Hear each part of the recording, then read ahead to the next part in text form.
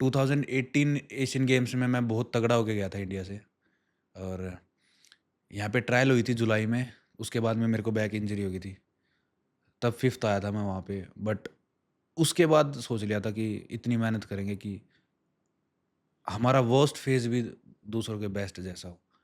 ये सोच के मन में आया था। और मेरे कोच उस टाइम पे बहुत नवल सर थे उस टाइम पे, तो काफ़ी मेहनत करवाई उन्होंने।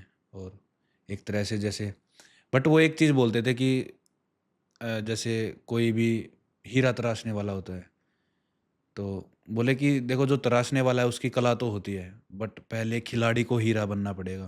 बाई चांस वो खुद ही कोयला है तो फिर उसको कितना भी तराश लो कोयला ही रहेगा। ये चीज़ बोलते थे वो। तो सबसे पहले बहुत सारे टैलेंटेड एथलीट्स होते हैं जो बोल देते हैं हमें तो कोच अच्छा नहीं मिला, ये नहीं हुआ, वो नहीं हुआ। बट सबसे पहले आपको खुद हीरा बनना पड़ेगा, तभी आपको कोई तराश पाएगा। आप खुद ही अगर जो कोयला बन रहे हो, तो आपकी वैल्यू नहीं होगी कभी बिल्कुल भी। सही बात है। तो ये चीज़ बहुत सारी जो मैं काफ़ी ब्लेस्ड फ़ील करता हूँ कि मेरे को टाइम टू टाइम एक ऐसी स्टेप मिलते गए, ऐसे कोचेज़ मिलते गए कि जिस टाइम पे जिस आदमी का होना है बहुत इम्पोर्टेंट था मेरे को। आई थिंक वही एक वजह है कि मैं बहुत जल्दी ग्रो कर पाया। आपको नहीं लगता जो सबसे पहला कोच होता है ना, जो हुँ। आपको मिलता है, वो हमेशा याद आता है और सबसे इम्पोर्टेंट उसी का रोल होता है लाइफ में? अ, जो सबसे पहला कोच आपको मिला हो?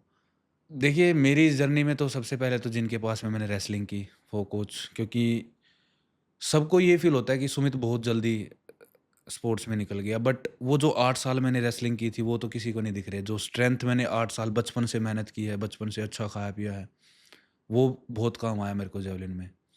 और अ, सिर्फ़ टेक्निक पे वर्क करना था मेरे को, क्योंकि पावर ऑलरेडी एक एलाइट एथलीट जितनी शुरू से ही थी मेरे में। 2017 में जब हुँ। मैंने javelin throw as a professional game लिया, तो पावर जो वो पहले से ही एज़ अ एलाइट एथलीट की थी। सिर्फ़ टेक्निक पे जैसे-जैसे वर्क होता गया और जेवलिन बढ़ती गई। अभी तो काफ़ी अच्छे मार्क पे हैं। बट हाँ, पहला कोच जो होता है, मेरे पहले कोच नवल सर थे। वो एक माइंड में अलग से ही रहता है कि हाँ यार, वो मतलब, क्योंकि वो आपका रफ़ फ़ेज़ होता है। सबसे ज़्यादा मेहनत उस टाइम पे करनी होती है वो आपको। तराशते हैं। ऑफ सीज़न, ऑफ मतलब हमारे में बोलते हैं कि हाँ, हाँ। रगड़ा देना बोलते हैं जैसे देसी भाषा में, कि बिल्कुल। जो रगड़ा उस टाइम पे आपका रिकवरी कुछ मैटर नहीं करता, आपकी डाइट कुछ मैटर नहीं करती, सिर्फ़ आपका वर्कआउट, हार्ड वर्क। हमें अभी भी याद है कि सुबह 8 बजे ग्राउंड पे जाते थे हम, और मैं और नवदीप साथ में थे हम उस टाइम पे। नवदीप की भी स्टार्टिंग से ही थी, नवदीप थोड़ा सीनियर प्लेयर है मेरे से। अच्छा। तो बट दोनों जाते थे, 8 बजे जाते थे और 3-3 4-4 बजे ग्राउंड से वापस आते थे। बीच में थोड़ा बहुत जूस पी लिया, थोड़ा बहुत ऑमलेट वगैरह कोच साहब ने मंगवा दी, वो खा ली। उस टाइम पे यही नहीं पता था कि रिकवरी क्या होती है, रेस्ट भी बॉडी में कुछ चीज़ होती है। ढाबे की रोटी खाते थे। बट बहुत चीज़ होती है जो माइंड का गेम होता है। सिर्फ़ माइंड आपका अगर जो सही दिशा में काम कर रहा है, तो आप हर चीज़ आपकी एक लाइन अप होके चलती है। वो डायरेक्शन भी एक जो पहला कोच होता है, उसका देना बहुत ज़रूरी है। बिल्कुल, वो जिस तरह का हार्ड वर्क करवाते हैं, उनको पता होता है कि इस पॉइंट पे कितना हार्ड वर्क ज़रूरी है। एक वही है ना कि किस टाइम पे कितनी मेहनत ज़रूरी है। वो भी आई थिंक एक लैक करती है। मेरे को लगता है कि जो हमारे टैलेंटेड एथलीट्स हैं उनमें। मैंने अपने कोच से बहुत मार खाई है, बहुत मार खाई है।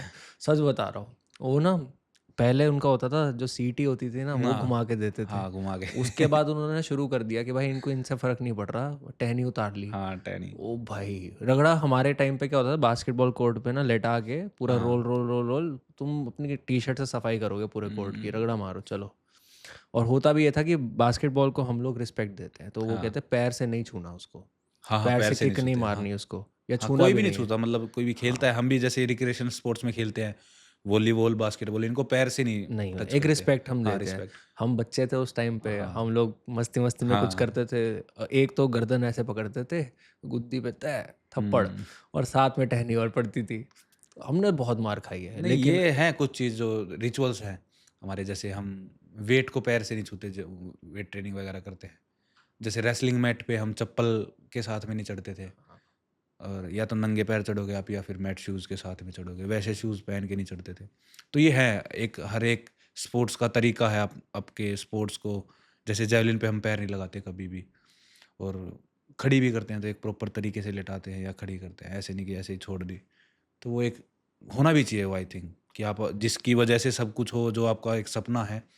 और हर एक एथलीट का सपना होता है कि ओलंपिक्स या पैरालंपिक्स जैसी स्टेज पे जाके अपने देश को प्राउड फ़ील करवाए, तो वो उसी गेम के थ्रू ही पॉसिबल है। आपने मार खाई है अपने कोच से? बहुत भाई, बचपन में कोचेज़ से, घरवालों से मैं काफ़ी शरारती था बचपन से। और मतलब जब मैं स्कूल जाता था तो हमारे पूरे परिवार को, हमारे पूरे आस-पड़ोस को पता होता था कि सुमित अब स्कूल जा रहा है। मोनू नाम है मेरा गाँव में। सबको पता होता था कि मोनू जा रहा है और अभी काफ़ी शोर-शराबा होगा। मैं पूरा रो-पीट के जाता था। मतलब तो मार कैसे पड़ती थी आपको? भाई मेरे को बहुत मार पड़ी है। मतलब ऐसा क्या करते थे?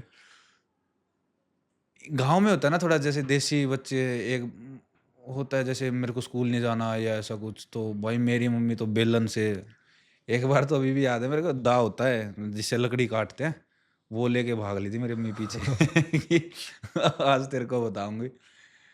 बहुत मार खाई है भाई, बहुत ज्यादा। अपने डंडे ग्राउंड डंडे वगैरह तो नॉर्मल थे। डंडों से तो बाद में दर्द होना ही बंद हो गया था इतनी मार खाई है। ग्राउंड में भी शरारती थे? नहीं, वो ग्राउंड पे बहुत रिस्पेक्टेबल रहता था मैं। मतलब असल में क्या होता है कि मैंने जिस एज में शरारती होते हैं ना, उस एज में रेसलिंग की है। रेसलिंग में जो सीनियर एथलीट साथ में करते हैं ना, जब पहलवान जी बोलते हैं जिसे, वो भाई बहुत है, ऐसे चलते-चलते भी, वो बिन बात पे भी चलते-चलते भी थप्पड़ मार देते हैं। वो एक प्यार करने का तरीका होता है उनका कि बिल्कुल। हाँ, जूनियर है तो चल। बट भाई मज़ा बहुत आया जर्नी में। मतलब फ़ील किया हर एक पॉइंट पे आगे कि हाँ, इस टाइम पे मेहनत की है और हर एक चीज़ ज़रूरी होती है उस चीज़ को, जो हम पाना चाहते हैं ना, वो बहुत बड़ी चीज़ है। तो वो हर एक चीज़ ज़रूरी होती है। टाइम टू टाइम आपको डिमोटिवेट भी होना पड़ेगा, क्योंकि लायक बनना पड़ता है आपको उस चीज़ के कि हाँ, आप उस स्टेज के लायक बनो। और भी बहुत सारी आपकी फैमिली किस तरीके से रिएक्ट करती है। मेरी फैमिली ने कभी दबाव नहीं डाला मेरे पे कि 2018 में जब मैं फ़िनलैंड गया, तो बहुत कम फंड था हमारे पास में। जो भी आया था मेरा रोड एक्सीडेंट का जो इंश्योरेंस होता है वो आया था। थोड़ा बहुत मेरी फेडरेशन ने, सांगवान सर हैं, उन्होंने अपने पर्सनल कॉन्टैक्ट से दिलवाया था, कॉर्पोरेट सेक्टर से। तो उस टाइम पे भी मैंने जैसे मॉम को बोला कि बाय चांस ये नहीं हुआ तो क्या ही होगा? मतलब हमारे पास तो जो जितनी सेविंग है हम यहाँ पे लगा रहे हैं, और बहुत रेयर चांस है कि हम सक्सेसफुल होंगे इस चीज़ में। तो घरवाले बोले कुछ नहीं है, तू ऐसे ही चला जाओ, हम ये सोच लेंगे कि फ़ॉरेन घुमाया और पहली बार फ्लाइट में बैठा, वो भी शेंगेन वीज़ा की, यूरोप। तो वो एक चीज़ होती है जो, बट उस टाइम पे रिस्क लेना भी उतना इम्पोर्टेंट था, जिस आज मतलब बैठे हैं जिस स्टेज पे। तो वही कहावत है ना, higher the risk higher the reward. बिल्कुल। तो वो सच साबित होती है। कोच से आपको सबसे पहले किसने मिलवाया था? किसी के थ्रू मिले थे या खुद आपने ढूँढा? मैं जब मेरे को राजकुमार हुड्डा भाई साहब ने बताया कि ऐसे-ऐसे पैरा स्पोर्ट्स भी होते हैं, वो 13 बार के नेशनल चैंपियन हैं शॉट पुट में। तो उन्होंने मेरे को, वीरू भैया हैं यहाँ पे, सीनियर एथलीट हैं हमारे, उनसे मिलवाया। तो उन्होंने, उनके कोच थे नवल सर, तो उन्होंने मेरे को इंट्रोड्यूस करवाया था कि वो चाहते थे मैं डिस्कस थ्रो करूँ शुरू में, बट मैंने जेवलिन को ही अच्छा लगा कि नहीं सर, भाई साहब बोलते हैं तो भाई साहब यही गेम करना है मेरे को नहीं करनी डिस्कस। नहीं है मेरे को, मतलब फील नहीं होती अंदर से कि हाँ, हुँ, हुँ। आप इस चीज़ के लिए बने हो। तो वही होता है मन में कि फिर दिल्ली गया मैं, जेएलएन स्टेडियम में, वहाँ पे नवल सर से मिला। वहाँ पे 1.5-2 साल हम बाहर रहे स्टेडियम से। पहला कन्वर्सेशन कैसा था उनके साथ? बिकॉज़ मैं हाँ, बताता हूँ मैं हाँ। कहाँ से भाई मैं बताता हूँ, मैं जेएलएन स्टेडियम में गया, तो उस टाइम पे हमारी जेवलिन थ्रो में संदीप चौधरी सबसे बड़ा नाम था। हमारे बहुत ही सीनियर एथलीट हैं और एज़ अ बड़े भाई हमेशा हमें ट्रीट करते हैं। आज भी एज़ अ बड़े भाई गाइड करते हैं, और मतलब बहुत मदद किया उन्होंने मेरी। सीनियर एथलीट हैं, मेरे कॉम्पिटिटर जिसे बोलते हैं वो हैं, बट भाई बहुत मदद की उस इंसान ने मेरी। उनसे मैं मिला, तो मैं जानता नहीं था उन्हें, कि नाम सुना था बस, कि जैसे पैरा गेम्स के बारे में ही नहीं पता था, तो पैरा एथलीट्स के बारे में तो क्या ही पता होगा। तो जाते-जाते मेरे को बताया गया कि ऐसे-ऐसे संदीप चौधरी भाई हैं, वो मिलेंगे वहाँ पे, जो आज के टाइम में इंडिया के सबसे स्टार एथलीट हैं आपकी कैटेगरी में जेवलिन थ्रो के। मैं गया, मैं उनसे मिला, तो वो कहीं पे जा रहे थे, तो जेएलएन स्टेडियम के हॉस्टल में थे हम, तो वो बोले कि ठीक है मेरे रूम में रुक जा तू आज रात। भाई मैं रुका, वहाँ पे मैंने जेवलिन्स देखी, 6-7 बड़ी-बड़ी जेवलिन्स रखी हैं। प्राइस तो मेरे को पहले ही पता लग गया था कि एक जेवलिन कम से कम 1.5 लाख की, सवा ला 1 लाख, 1.5 लाख, सवा लाख, मतलब ये रेंज करती हैं। 70-80 हज़ार से स्टार्ट हो जाती है, 1.5 लाख तक भी चली जाती है जेवलिन। तो शुरू में तो भाई मैं क्या, भाई ये सही है, बढ़िया एसी का रूम मिला हुआ है। होता है ना कि हॉस्टल मिल गया, भाई एक दिन हमें भी मिलेगा ये सब। मतलब बढ़िया अपने अटैच वॉशरूम वगैरह, और भाई जहाँ जा रहे इज्जत मिल रही है। तो हाँ, वो होता है।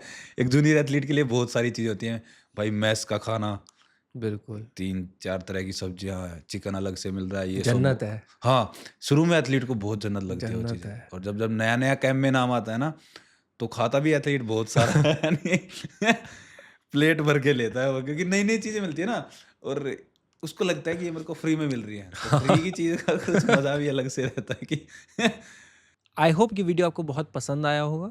अगर आप इसका फुल एपिसोड देखना चाहते हैं तो डिस्क्रिप्शन में हमने इसका लिंक डाल दिया है।